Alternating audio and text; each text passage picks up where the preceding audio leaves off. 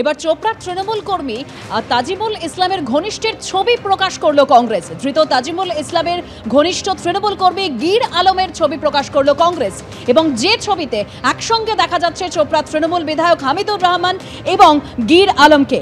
জেসিবির কুকর্মের সঙ্গে যুক্ত গীর আলম দাবি করছে কংগ্রেস। হাতে বন্দুক নিয়ে গীর আলম ছবি প্রকাশ্যে আনলো এবার কংগ্রেস।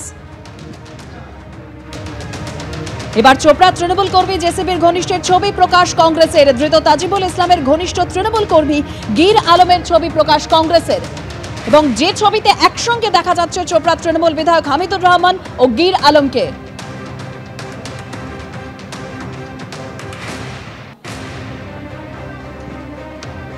এ বিষয়ে বিস্তারিত জানবো আমাদের প্রতিনিধি সুদীপ চক্রবর্তী আমাদের সঙ্গে টেলিফোন লাইনে রয়েছে। সুদীপ, যে ছবি কংগ্রেস প্রকাশ্যে এনেছে সেখানে তৃণমূল বিধায়ক এবং এই গীর আলমকে একসঙ্গে দেখা যাচ্ছে। একদমই তাই। দেখো, কংগ্রেস থেকে আজকে আমাদেরকে যেই দুটো স্টিল ছবি দিয়েছে তাতে দেখা যাচ্ছে গীর আলম সে দাঁড়িয়ে রয়েছে, তার হাতে দুখানা বন্দুক আছে হাতে। তারপরের ছবি যেটা আমাদের দেওয়া হয়েছে তাতে দেখা যাচ্ছে যে গীর আলম মাঝখানে বসে রয়েছে, ডান দিকে আরো একজন রয়েছে, তার বাঁদিকে রয়েছে, তুমি দেখো বাঁদিকে রয়েছে চোপড়ার বিধায়ক হামিদুর রহমান। এই নিয়ে কিন্তু কংগ্রেস কটাক্ষ করেছে। কংগ্রেসের অভিযোগ যে এই সমস্ত লোক তৃণমূলের লোক, যা এই গীর আলম যে কিনা জেসিবির রাইট হ্যান্ড বলে পরিচিত এলাকা বলে তারা দাবি করেছে। পাশাপাশি জেসিবির যে সমস্ত কাজ কুকর্মের সাথে কিন্তু এই গীর আলম, তেমনটাই দাবি করছে কংগ্রেস। ধন্যবাদ সুদীপ। ছবি দুটো হচ্ছে, দেখুন, ইনি হচ্ছেন গীর আলম। এই যে গীর আলম, দেখেন কি অবস্থা।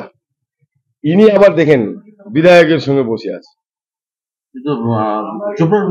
চোপড়ার বিধায়কের সঙ্গে বসে আছে। কি অবস্থা চলছে, লক্ষ্মীপুরের যা অবস্থা আছে, মুখ খুলতে কেউ পারছে না। মানে 15 দিন 20 দিন আগে তার ঘটনা মোহনগঞ্জ, যেটা লক্ষ্মীপুর ডাঙ্গাপুরা মোহনগঞ্জে একটা ছেলেকে মেয়েকে রাত্রিবেলায় পুরা গ্রামটাকে ঘুরিয়ে তারপর মারধর করছে। তারপরে রাত্রিবেলায় ওখানে পুলিশ বসে আছে তার বাড়িতে, যাতে কোনো রিপোর্ট খারাপ না দেয়। তৎসঙ্গে আরো এদের মস্তান বাহিনী, এই যে গীর আলমের একটা টিম নিয়ে বসে আছে। এই যে 23-এর পঞ্চায়েত নির্বাচনে নমিনেশন ফাইল করতে গিয়ে মনসুরের মতো লোককে মৃত্যুদণ্ড করতে হলো, গুলি খেতে হলো, সেই গুলি তো জিসিবি করেছে। বিজেপি বিধায়ক শঙ্কর ঘোষ এই মুহূর্তে টেলিফোন লাইনে রয়েছেন আমাদের সঙ্গে। শঙ্করদা, চোপড়ার ঘটনায় বিধায়ক হামিদুর রহমান তিনি যে বক্তব্য রেখেছিলেন, যেখানে নারকীয় অত্যাচার সত্ত্বেও মহিলার চরিত্র নেই, তিনি প্রশ্ন তুলে দিয়েছিলেন, আর সেই ঘটনায় এবার তাকে শোকজ করলো জেলা নেতৃত্ব। 7 দিনের মধ্যে হামিদুর রহমানের জবাব তলব করেছে তৃণমূল নেতৃত্ব। কিভাবে দেখছেন আপনি? তৃণমূলের শোকজ আর ওই কাঁঠালের আমসত্ত্ব কিংবা ধান গাছ দিয়ে বাটাম তৈরি করা, ওগুলো একই জিনিস। এখন দেখার বিষয় যে হামিদুর সাহেবই তৃণমূল কংগ্রেসকে আগামী দিনে শোকজ করবেন কিনা। হামিদুর সাহেব তো একদম তৃণমূল কংগ্রেসের একজন রত্ন, শেখ শাহজাহানের মতন। পুরো চোপড়া বিধানসভাতে একজনকেও দাঁড়াতে দেননি প্রার্থী, একদম জেলা পরিষদ থেকে গ্রাম পঞ্চায়েতের সদস্য। ওনার বক্তব্যের মধ্যে কতগুলো অসঙ্গতি আছে আপনি দেখবেন। যে সেখানে উনি বলছেন যে সামাজিক আচার বিচার অনুযায়ী সেখানে একটা শাস্তির বিধান দেওয়া হয়েছিল, একটু বাড়াবাড়ি হয়ে গেছে ইত্যাদি ইত্যাদি। ওই মহিলাও তো খারাপ না, দুশ্চরিত্র। এখন তৃণমূলের আমলে এখন রাজ্যে একটা নতুন মানে সালিশি সভা বা বিচার সভা প্রস্তুত হয়েছে ন্যায় সংহিতাকে বাদ দিয়ে। সেখানের বিচারপতিরা হচ্ছেন তৃণমূল কংগ্রেসের নেতারা।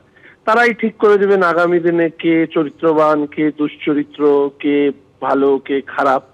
এখন এই সমস্ত যারা করছেন, কি আর বলবো, রাজ্যের, আমি এর আগেও আমি বলেছিলাম যে রাজ্যের মুখ্যমন্ত্রী যখন প্রকাশ্য সভায় তিনি বাড়ির গৃহবধূদের কি করা উচিত সেই নিয়ে একটা পরামর্শ দিয়েছিলেন প্রকাশ্য সভায়। আমি দিয়ে দিচ্ছি অনুমতি, এরকম দেখাবেন কিনা জানি না। তো মুখ্যমন্ত্রী যদি এই ধরনের কথা প্রকাশ্য সভায় বলেন, আর হামিদুর সাহেবরা যারা ওই প্রকাশ্য সভায় কিছু মুখ্যমন্ত্রীর কথা শুনে যদি কোনো সম্পর্কে জড়িয়ে যান, তাদেরকে রাস্তায় পিটিয়ে মারবেন, ফেলে মারবেন, বা তাদের অনুগামীরা ফেলে মারবেন, দুটো তো একসাথে চলতে পারে না। ধন্যবাদ শঙ্করদা।